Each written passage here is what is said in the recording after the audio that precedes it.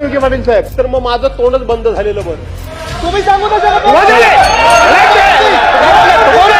राम मंदिर लुटणार. चला नीट बोला, नीट बोला, नीट बोला.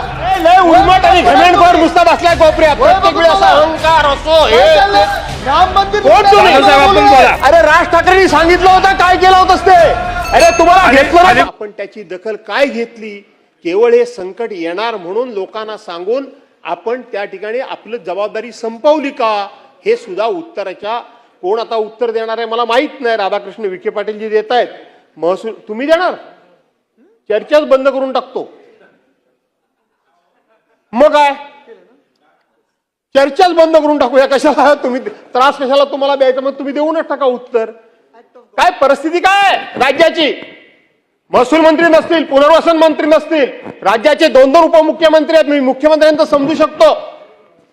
आणि तुम्ही जर उत्तर, म्हणजे तुमचा मी अवमान करू इच्छित नाही, पण शेवटी महाराष्ट्रावर एवढं मोठं संकट आलेलं असताना तुम्ही जर अशा पद्धतीनं केवळ चटावरचं श्राद्ध उरकावं, अशा पद्धतीने एखाद्या राज्यमंत्र्याकडून जर आम्हाला उत्तर मिळणार असेल तर ही चर्चा कशाला करायची अध्यक्ष महोदय?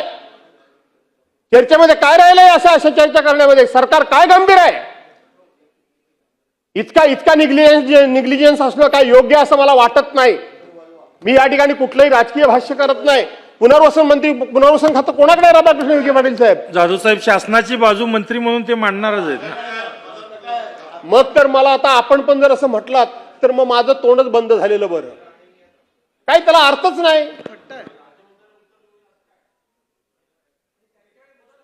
शासनाच्या बाजूने मंत्री अध्यक्ष महोदय, कॅबिनेट मंत्री गेले कुठं? मंत्री महोदय, कॅबिनेट मंत्री गेले कुठं? मंत्री महोदय,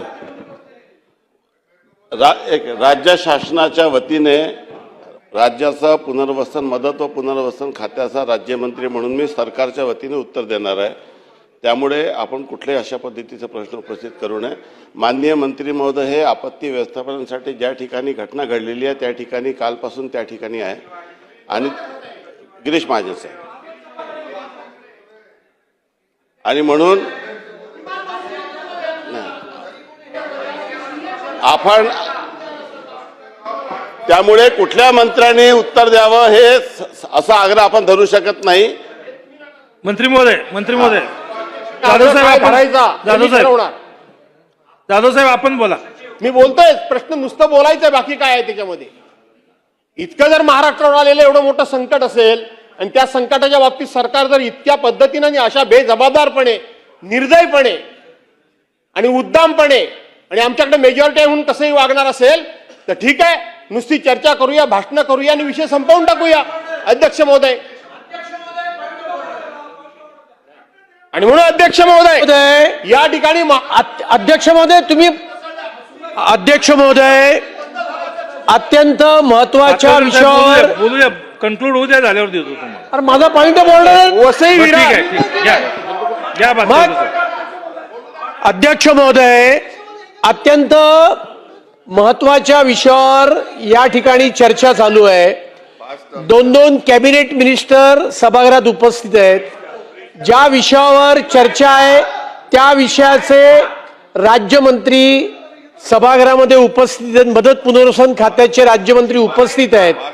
अशा वेळेला ज्यांना विरोधी पक्षनेता होण्याची भयंकर आस लागलेली आहे त्यांना या राज्याचे मदत पुनर्वसन 2 मिनिटं मदत पुनर्वसन मंत्री कोण आहे हे माहित नाहीये.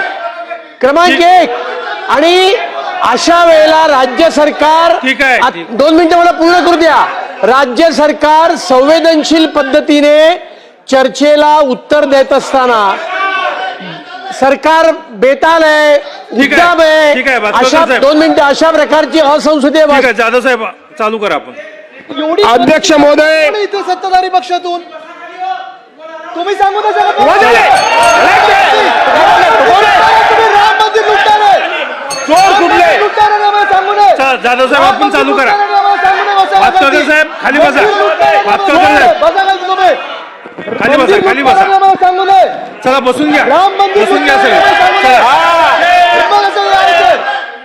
चला नीट बोला, नीट बोला, नीट बोला, नीट बोला. वय बघा तुमचं.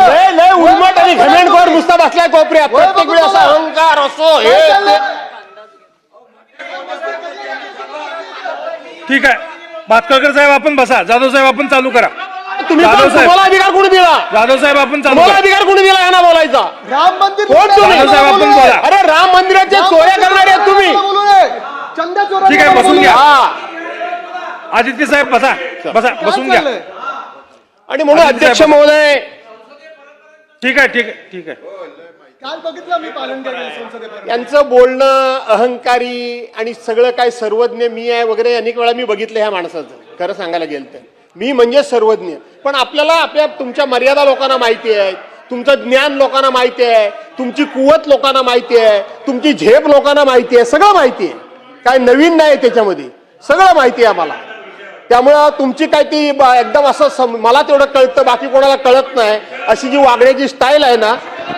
प्रश्न महाराष्ट्र. अरे राज ठाकरेंनी सांगितलं होतं काय केलं होतंस ते? राज ठाकरेंनी सांगितलं होतं की त्यांच्याकडे गेला होता आणि राज ठाकरेंनी नितीन गडकरींना फोन केला. राज ठाकरेंनी मुलाखतीमध्ये सांगितलं होतं. कोणाला निष्ठा सांगताय तुम्ही? कोणाला निष्ठा सांगताय तुम्ही? अरे तुम्हाला घेतलं ना खाली पक्षात बसून कुणी बोलू म्हणून? नका. मला काय शिकवतो भातखळकर तुम्ही? साहेब बसा. पक्ष बदलला चला. नाही. राज ठाकरेंनी नावानिशी सांगितलं होतं तुमचं. तुम्ही राज जाधव साहेब ठाकरेंच्याकडे गेला होता जाधव साहेब का? पक्षविषयाचं जाधव काय? साहेब विषयावर आपण चर्चा करू. चला. आणि म्हणून अध्यक्ष महोदय संपूर्ण महाराष्ट्राचं लक्ष लागून राहिलेलं आहे की या सभागृहाच्या माध्यमातून आम्हाला दिलासा काय मिळतोय. इकडे संपूर्ण